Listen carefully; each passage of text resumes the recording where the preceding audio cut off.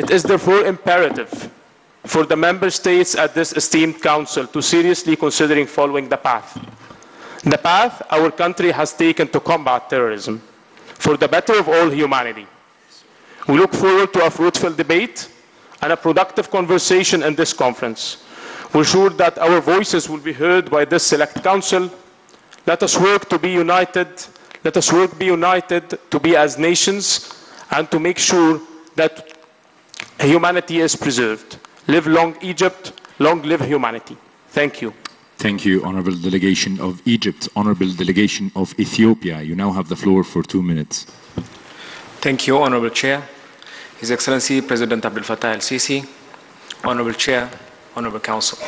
The delegation of Ethiopia is honored to have the opportunity to take part in this prestigious conference to debate the issue concerning combating the threats to the international peace and security caused by terrorist acts and groups the world suffers from in our present time. The Horn of Africa is one of the regions where terrorism has been widespread for many years. Even before 9/11, Ethiopia has experienced repeated terrorist attacks. The state in the Horn of Africa shares economic, social, cultural, and historical conditions. Some of the challenges the region faces, including widespread poverty, unemployment, frequent natural disaster, as well as dangers posed by ideological and extremist religious groups that could have provided conditions for the spread of illegal migration and different forms of terrorism like cyber and armed terrorism. Ethiopia experienced over 250 cyber attacks in the first quarter of 2017. Also one of the countries that had its physical and cyber infrastructure affected by WannaCry virus attack earlier in this year. In this context, we should seek final and just solutions, in particular to enhance counter-terrorism cooperation and undertake a series of legal and other measures to combat terrorism in all its forms. Honorable Chair, Ethiopia calls for enhancing capacity building, technical assistance, and resources of the states to implement counter-terrorism measures. The supremacy of politics over the military components should be prioritized as a counter-terrorism strategy. We would take this opportunity to reiterate Ethiopia's fullest commitment to the implementation of the United Nations Global Counterterrorism Strategy. Ethiopia supports all efforts aimed at the strengthening anti-terrorism conventions within the framework of the United Nations. Ethiopia has ratified the International Convention on Suppression of Terrorism Bombing, which was adopted by Resolution 5264, as well as the International Convention for the Suppression of Financing of Terrorism and other international agreements and protocols related to counterterrorism. In conclusion, ختاما نتوقع مناقشة بناءة من قبل زملائنا المختلفين ممثلين الدول الأعضاء لكي نجد الحلول الكفء في هذا المجال. شكرا لسيد مندوب إثيوبيا السيد مندوب فرنسا له الكلمة لضغط. شكرا سيد الرئيس. صاحب السعادة السيد الرئيس عبد الفتاح السيسي السيد الرئيس السادة الزملاء، إن فرنسا ورسول للسلام من هذه المنصة نتناول الموضوعات الملحة لهذا اليوم ولإيجاد الحلول السلمية التي يسعى إليها المجتمع الدولي. تناولت فرنسا مشكلات الإرهاب وشاركت بطريقة كبيرة بالنسبة للعنف والعملية الإرهاب اللي على أراضيها. للأسف العمليات الإرهابية التي تمت في فرنسا خلال السنوات الأخيرة قد أتاحت بأرواح أكثر من 230 شخصا، ولذلك يجب أن نقع مصممون في تحدينا للأطر الكريهة للتدمير والقتل من خلال هذه المجموعات، ونطالب بالمساواة والأخوة. يجب أن نكون مصممون لذلك، ومن أجل من خسرناه ومن يجب أن تتم حمايته. إن وفد فرنسا سوف تستمر بالتعاون واتخاذ الإجراءات الشديدة ضد الإرهاب ولاستعادة السلام والأمن الدولي. هذه التدابير سوف تتضمن اتفاقيات ثنائية لتسهيل التحقيقات الدولية وتسهيل إعادة بناء من تأثر بهذه العملية الإرهابية واتخاذ تدخلات مستهدفة عسكرية لعدم نشر هذا البرنامج التدميري الذي يؤثر على المؤسسات الدولية والسياسية. إن إرهاب لا يعيش في فراغ.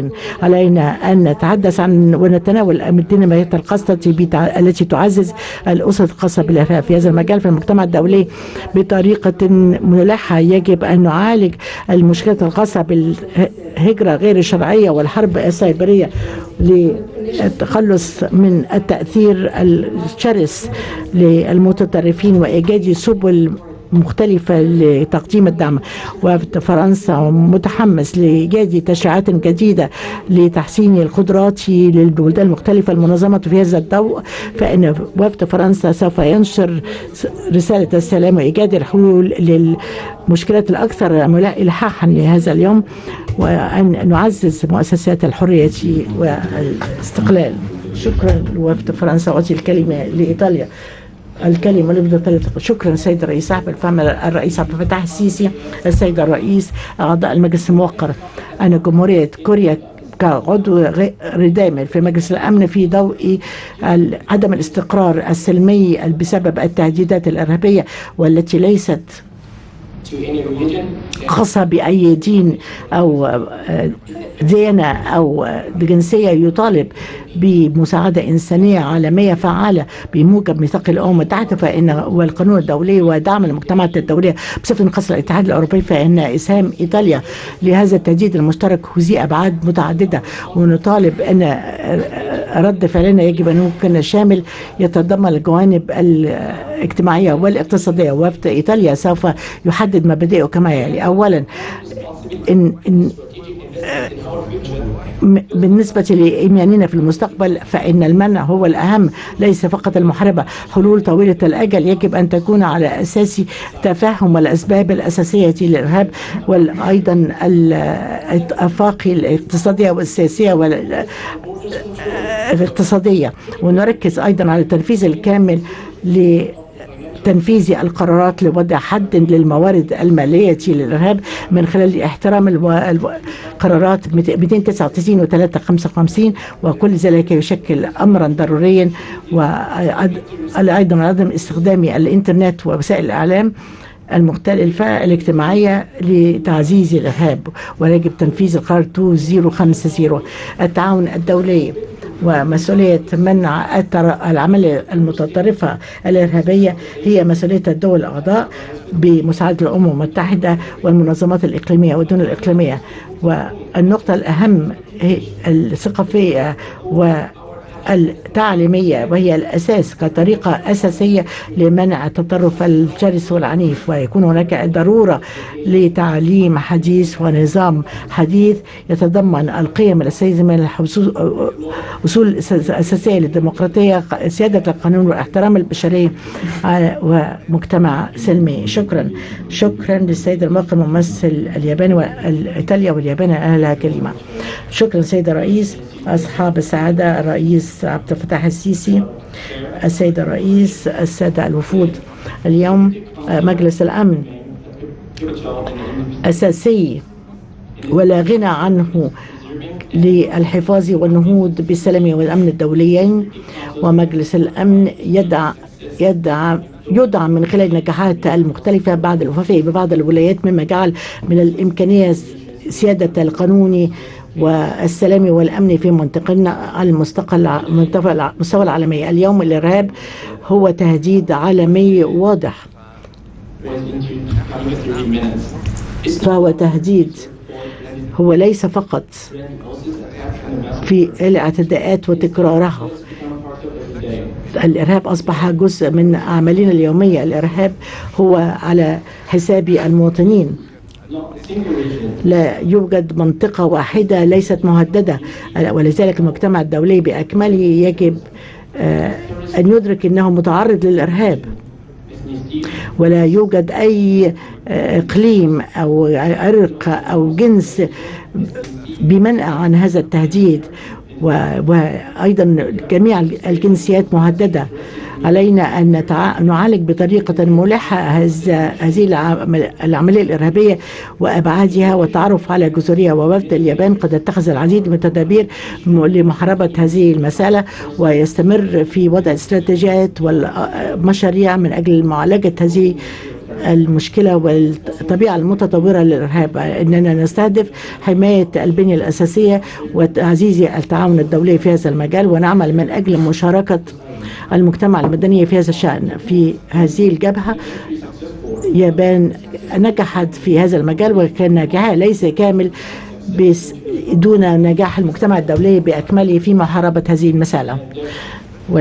واليوم اليابان على ثقة أن مجلس الأمن سوف يثبت مرة أخرى أنها أداة منتجة لمحاربة هذه المسألة السائدة. وشكرا. شكرا السيد الموقر ممثل اليابان، وأعطي الكلمة لكازاخستان لمدة دقيقتين. شكرا صاحب السعادة الرئيس، أصحاب الفخامة الرئيس عبد الفتاح السيسي، السيد الموقر رئيس الجلسة، أعضاء المجلس. أن جمهورية كازاخستان يتشرف ويسعدها أن تكون حاضرة في هذا الاجتماع لمناقشة موضوع ذات حدوية، وهي محاربة الإرهاب بسبب الأعمال الإرهابية والمجموعات الإرهابية. هذا أصبح تهديد معقد من خلال المنظمات الإرهابية لتخطيط وتنفيذ أعمال إرهابية مستفيدين بالتكنولوجيا الحديثة.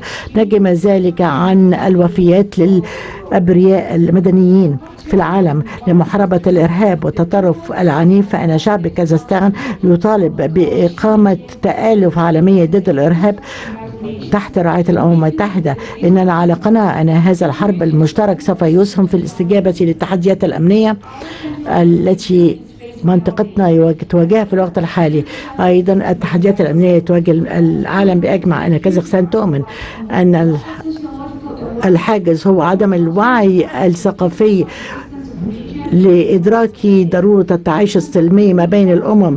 وكازاخستان مؤخرا كانت جزء من الأديان ضد الإرهابي الذي والمؤتمر الذي عقد في أستانا، ونشر الوعي ضد الإرهاب من خلال ذلك ممكن محاربة الإرهاب. أن كازاخستان تأمل أنه في نهاية هذا الاجتماع نتوصل إلى مزيد من الأفعال، من الأمور الفعالة التي تنجح في محاربة الإرهاب. نؤمن أن مجلس الأمن عليه أن يتوصل إلى حلول ممتازة تسهم في تخفيض آثار الإرهاب على المستوى العالمي. وجمهورية كازاخستان تبدأ كعضو غير دائم في المجلس، بدأت ذلك في العام الماضي مع التزامها لبذل الجهد للنهوض بسلام والأمن الدوليين. وفدنا يطالب كافة الدول الأعضاء لكي تتجمع من أجل هذا الهدف. وشكرا السيد الرئيس. شكرا السيد الرئيس. شكرا السيد الموقر. روسيا لها الكلمة. شكرا السيد الرئيس، صاحب الفخامة الرئيس عبد الفتاح السيسي، السادة الرؤساء، السادة الوفود. أن وفد الاتحاد الروسي يتشرف بأن يكون هنا في هذه الجلسة التاريخية لمجلس الأمن لمعالجة القضية الهامة للإرهاب. من خلال تجمعنا هنا فنثبت مسؤوليتنا المشتركة ووحدتنا ضد الحرب ضد الإرهاب العالمية. وهدف الأمم المتحدة الأساسية هو توحيد قواتنا والحفاظ على السلام والأمن الدوليين. فنأمل صادقين خلال هذه الدورة أن نستخدم كل السبل الجلية والقانونية لمحاربة الإرهاب. وبما أن الإرهاب ليس فقط أعمال منفصلة لارتكاب الجرائم، لكنها ظاهرة في الحال يجب أن يكون متعدد ضوابط. الإرهاب يجب أن يمنع وأن يتم تغطيته ويهزم. Russia has been a victim of multiple terrorist attacks, causing thousands of casualties. ولذلك من دورنا أن نفي بواجباتنا وأن نتعهد بالقضاء، والقضاء عليه تهديد من قبل.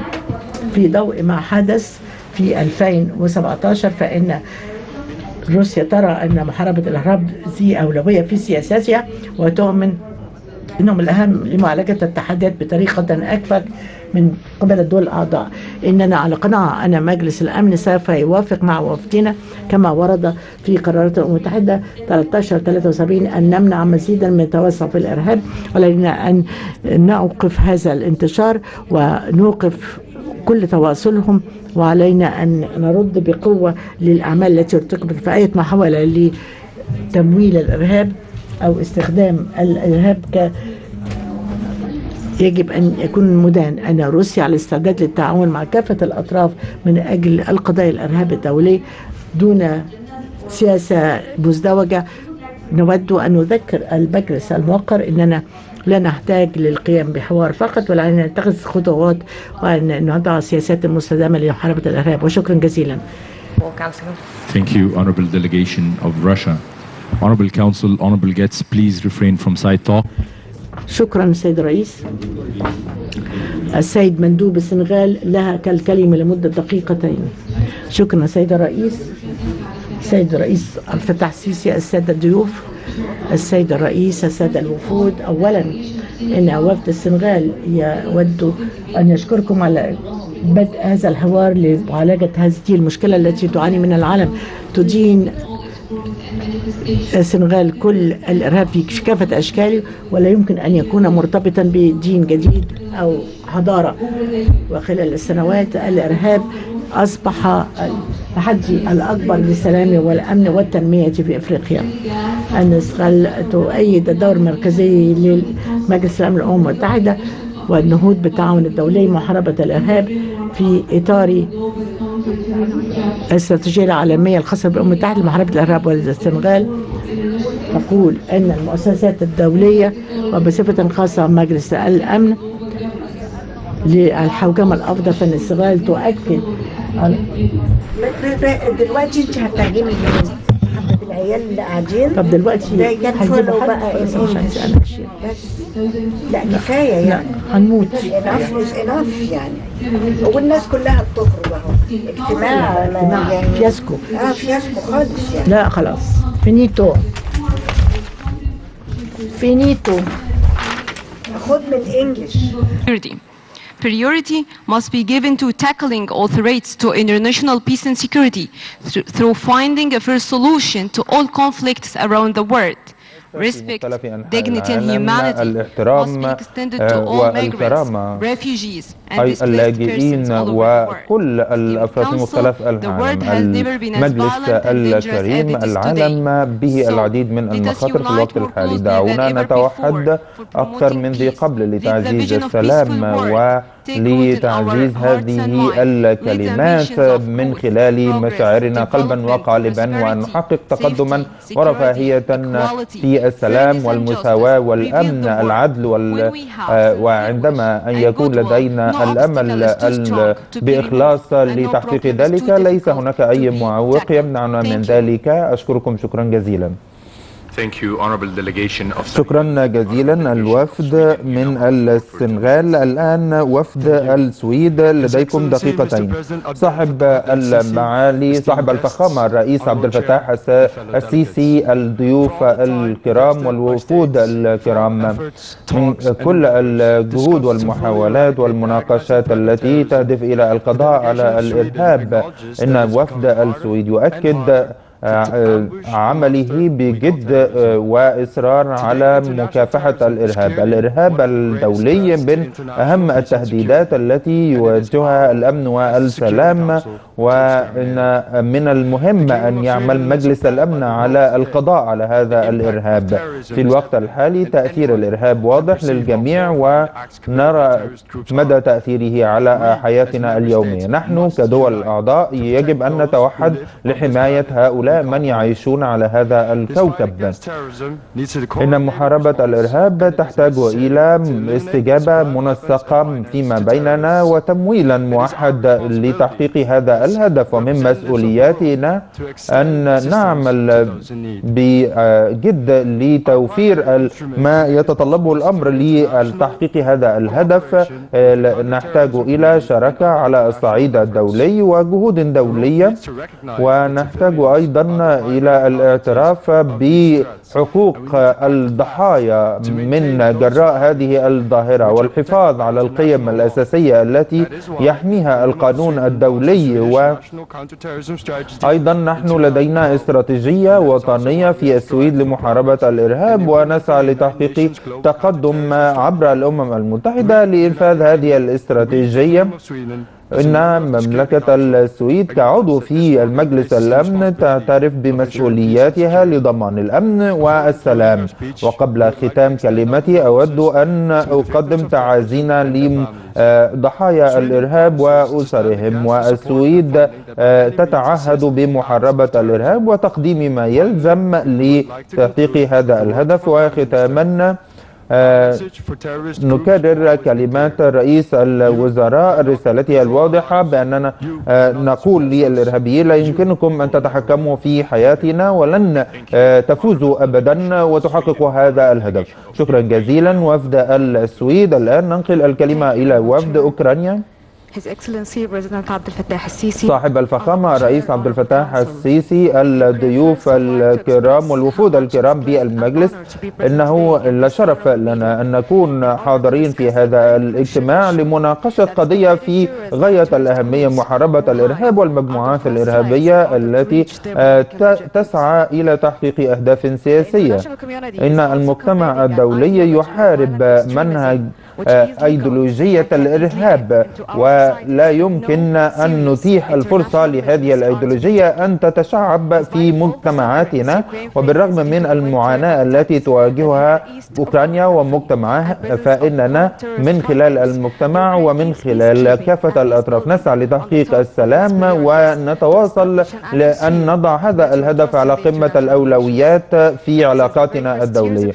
خلال السنوات الأولى من استقلال أوكرانيا فإننا دعمنا بشكل كبير قوات حفظ السلام للأمم المتحدة، فلدينا 4000 جندي مشارك في عمليات مختلفة. وأوكرانيا شاركت أيضا في التحالف ضد الإرهاب لضمان تنفيذ فعال لاستراتيجية محاربة الإرهاب العالمية وأيضا خطة العمل المنوطة بذلك. ونشجع على الانضمام لهذه الجهود لتعزيز محاربة الإرهاب، وأيضا نطالب بتنفيذ القرارات التي صدرت عن مجلس الأمن بهذا الصدد. السيد الرئيس، الأهداف واضحة، ولكن من سوء الحظ أن بعض البلدان لا تزال تدعم الإرهاب بدلا من مواجهته، ومع ذلك فإن العالم لن يحقق سوى مزيد من الضحايا والمزيد من الدمار والهجرة والتبعات السلبية. سوف نواصل دعمنا لمكافحة الإرهاب، وهذا هو موقفنا بوضوح، ونعمل على ذلك على الفور. ولدينا قيادة واستراتيجية واضحة لضمان بأنه لن يهرب أي إرهابي من العدالة ومن المساءلة. إن المجلس يستطيع إعادة تشكيل مستقبل هذا العالم، ولذلك نحن هنا في هذا الاجتماع. شكرا جزيلا سيادة الرئيس. شكرا جزيلا. الكلمة الآن لوفد المملكة المتحدة. الوفود الكرام أعضاء المجلس، إنه لمن دواعي سرورنا أن نكون بينكم في هذا الاجتماع المعني بمحاربة الإرهاب.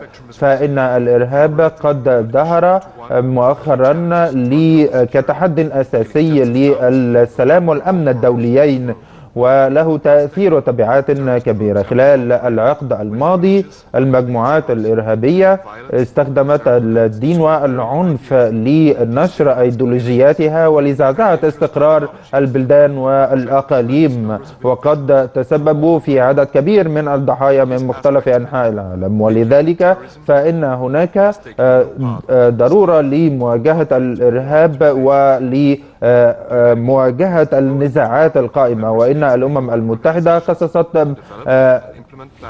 من بين هيئاتها هيئات معنية لدراسة وبحث آليات مواجهة مثل هذه المجموعات عبر آليات مجلس الأمن. وإن المجلس ملتزم بإصدار قرارات فعالة لتحقيق هذا الهدف. وإن المملكة المتحدة أيضا اتخذت قرارات وخطوات فعالة لمكافحة الإرهاب. أولا تعزيز التشريعات الدولية الهادفة إلى مكافحة الإرهاب، وأيضا مشاركة المعلومات الخاصة بالأنشطة الإرهابية والإتجار في البشر وغسيل الأموال، وتعقب المشتبه بهم بمزيد من الفاعلية لنرى أين يذهبون وكيف يحصلون على التمويل، مع الأخذ في الاعتبار ضرورة تفعيل القانون الإنساني الدولي، وأيضا مشاركة الخبرات بين البلدان والدول. أخيرا المملكة المتحدة تأمل وأن نحقق هذا الهدف وتعرب عن تعازيها لضحايا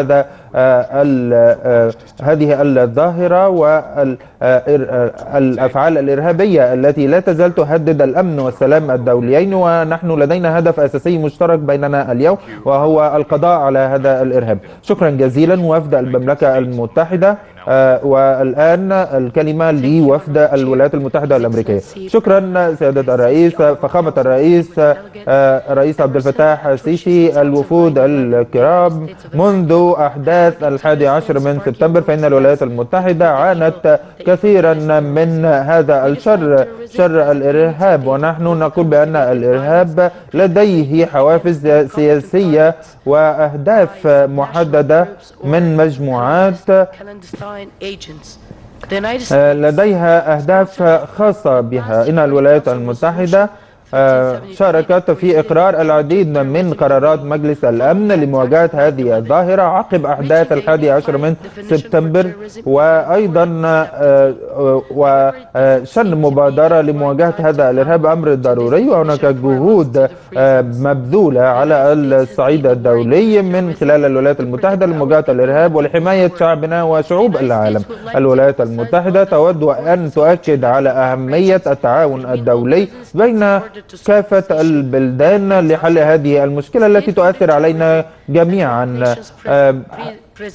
حالة الإرهاب هذه تمثل تهديدا للمجتمع الدولي، وبالتالي لا بد من مواجهة هذه الظاهرة وتعقب المجموعات الإرهابية. وبالرغم من اجتماعنا اليوم فينبغي أن نتبنى منهجية لوقف تمويل هذه المجموعات، وأن يكون لدينا التزام مشترك لأن يتم تبادل المعلومات، وأن يكون لدينا شراكة موحدة لهذا الأمر. فإن الدول الأعضاء التي تؤمن بهذا الأمر لا بد من أن تتوصل إلى اتفاق للقضاء على الإرهاب عبر تبادل المعلومات ومواجهة التهديدات الإرهابية قبل أن تتجسد فعليا على أرض الواقع. وإن هناك اتفاقيات إقليمية يمكن أن تؤدي في النهاية إلى تعاون دولي يتوسع عبر شراكات مختلفة لتحقيق مزيد من الفاعلية لمنع أي أحداث إرهابية في المناطق عدة. وإننا نؤكد بأننا لن نسمح لقوى الشر هذه بتحقيق النصر، ونعزز كافة الجهود اللازمة لمكافحة الإرهاب. ولدينا رسالة للعالم بأننا سوف نحارب سويا ونضحي سويا ونقف سويا من أجل تحقيق السلام. شكرا جزيلا. شكرا جزيلا وفد الولايات المتحدة الأمريكية. الآن ننقل الكلمة إلى وفد الأورجواي في دقيقتين. الوفود الكرام، الضيوف الكرام، إن وفد جمهورية أورجواي يدعو كل الدول لمحاربة الإرهاب والمجموعات الإرهابية، فهذا تهديد لنا جميعا ويستدعي اتخاذ إجراءات من كل الأعضاء بهذا المجلس. وبالرغم من ظهور هذه الظاهرة مؤخرا فإن هناك مجموعات إرهابية تؤثر كثيرا على البلدان وتؤدي في النهاية إلى سقوط مزيد من الضحايا. ومن المهم بأننا ينبغي أن نعمل ليس فقط على وقف هذه الهجمات ولكن على تعقب هذه المجموعات وأيضا كل من يتعاطف معها. وهؤلاء الذين يستغلون الأيديولوجيات القائمة على الدين ويسعون لنشر هذه الأيديولوجيات في أماكن عدة منذ فترة التسعينات، ونحن نعمل على مواجهة مثل هذه التحديات ونبذل جهودا حثيثة وعبر استراتيجيات مختلفة لمواجهة هذه الظاهرة. ومع ذلك فإن هناك دول تسعى لتوفير ملاذ آمن لهذه المجموعات، ونؤكد بأن الإرهاب ليس له حدود، وبالتالي على مجلس الأمن يجب أن يفهم الأسباب الجذرية لهذه الظاهرة من أجل القضاء عليها، ومن أجل خلق نظام يجرم توفير أي مساعدات لهذه المجموعات سواء الملاذ أو الدعم المالي. وهذا أمر حتمي أيضا من أجل حماية البلدان، وأيضا للحفاظ على البنية التحتية والتقدم الذي تحققه كل البلدان. نحن نثني على الجهود المبذولة من الدول الأعضاء والالتزامات الدولية لهذه الدول.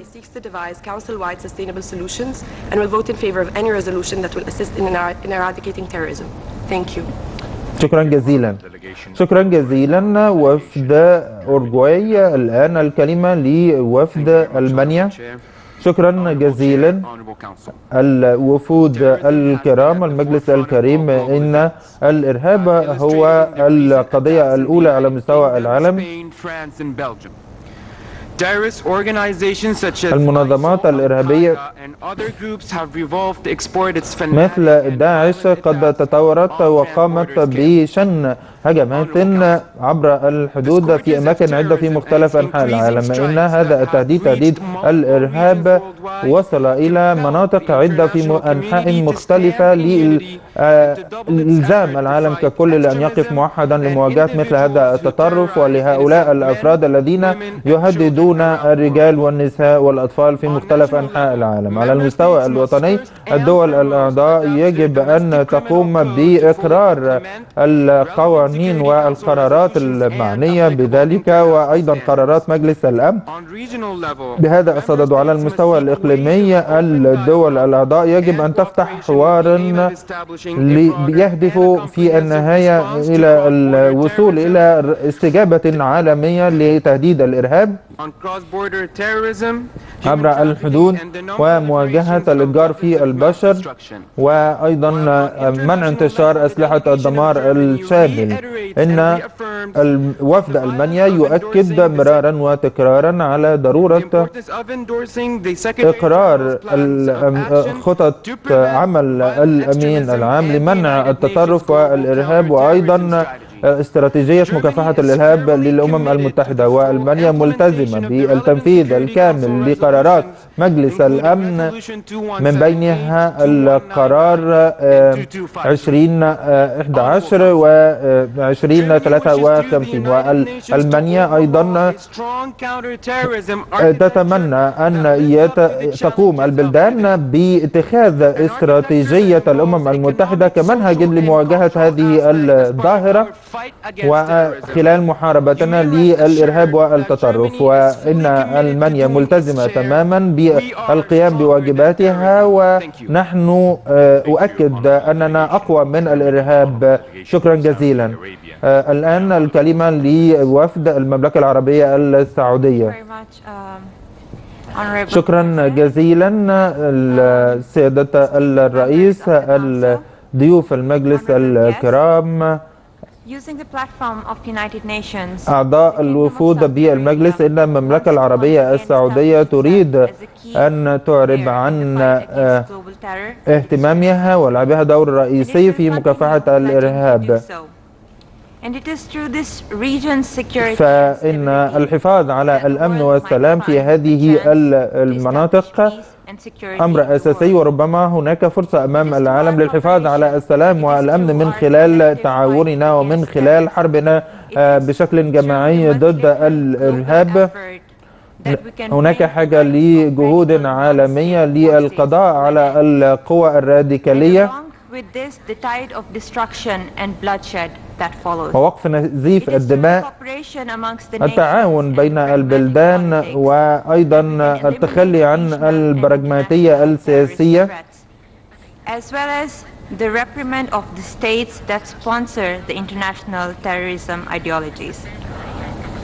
لا بد من جهود دولية لمكافحة هذه الظاهرة. المملكة العربية السعودية تسعى لمكافحة الإرهاب إقليميا ودوليا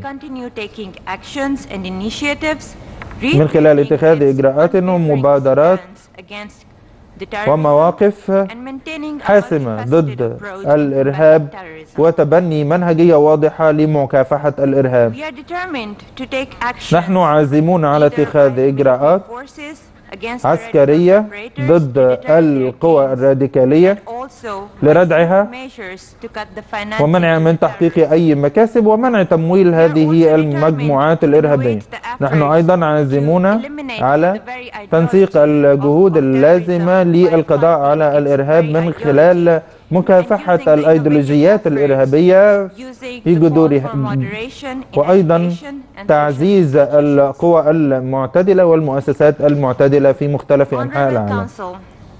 المجلس الكريم، الوفود الكرام، الوقت قد حان لأن نقف سويا للبحث عن حل لمكافحة الإرهاب وأن نشجب بشكل جماعي القوى الإقليمية التي تعزز الإرهابيين والمتطرفين. الأيديولوجية الأساسية للإرهاب وللمتطرفين يصعب أن تستوطن منطقة الشرق الأوسط، ويجب أن يكون هذا هو الحل في مختلف أنحاء العالم. نحن هنا جميعا لنتعاون ولنعرب عن رغبتنا للتعاون سويا لتنفيذ حلول براغماتية وحلول مستدامة لجعل عالمنا أفضل لأنفسنا وللأجيال المقبلة. أشكركم شكرا جزيلا على الاهتمام. شكرا جزيلا وفد المملكة العربية السعودية. الآن الكلمة لوفد جنوب إفريقيا. المجلس الكريم، الضيوف والوفود الكريمة، من المهم أن نولي اهتماما كبيرا بالأمن والسلام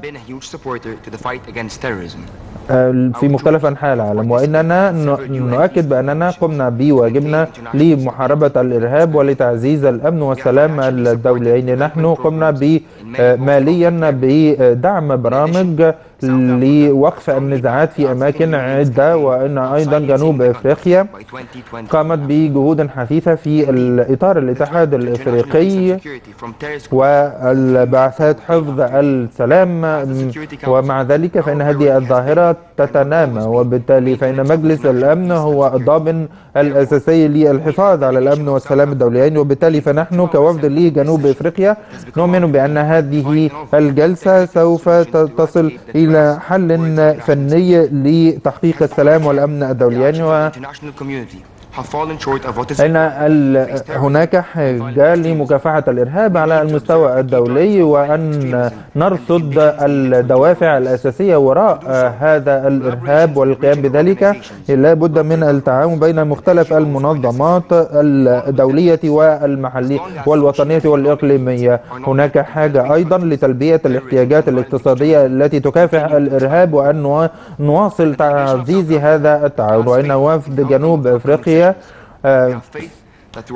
لديه إيمان كان واضحا خلال الجلسات الماضية وخلال هذه الجلسة بأن المجتمع الدولي يجب أن يواجه بشكل جماعي هذه الظاهرة. نحن نرصد التبعات السلبية لهذا الإرهاب على بلداننا، ونحتاج إلى أن نلبي الدعوة التي قمنا بنشرها فيما بيننا. يجب أن نتغلب على اختلافاتنا ومشكلاتنا وأن نواجه هذا التحدي بشكل جماعي. شكرا جزيلا وفد جنوب أفريقيا. الآن وفد أوغندا في دقيقتين.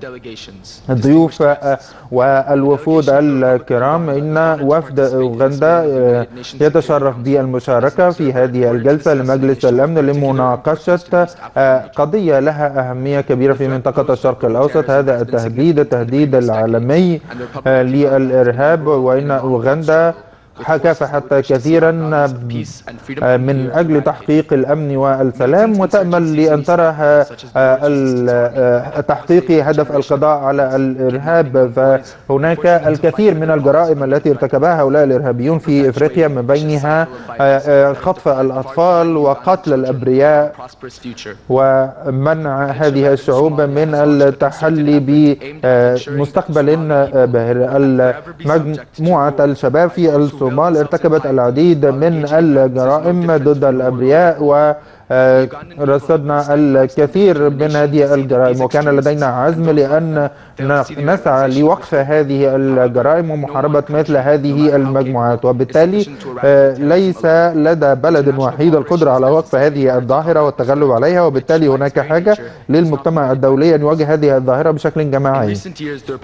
خلال السنوات الأخيرة قامت أوغندا بمكافحة الإرهاب ووضعت هذه الأولوية على قمة جدول أعمالها، وقمنا بتشجيع التعاون وبناء القدرات والبحث عن أساليب ابتكارية سويا للقضاء على هذه الظاهرة في إفريقيا وفي العالم ككل. وإن جمهورية أوغندا تتعهد بتحمل مسؤولياتها تجاه هذا الأمر، ووفد أوغندا يحث المجلس لاتخاذ قرارات ضد المجموعات الإرهابية والتي ترتكب الكثير من الجرائم، ويحث مختلف الوفود على اتخاذ إجراءات أكثر حزما لمكافحة هذه الظاهرة. شكرا جزيلا وفد أوغندا، وفد الإمارات العربية المتحدة.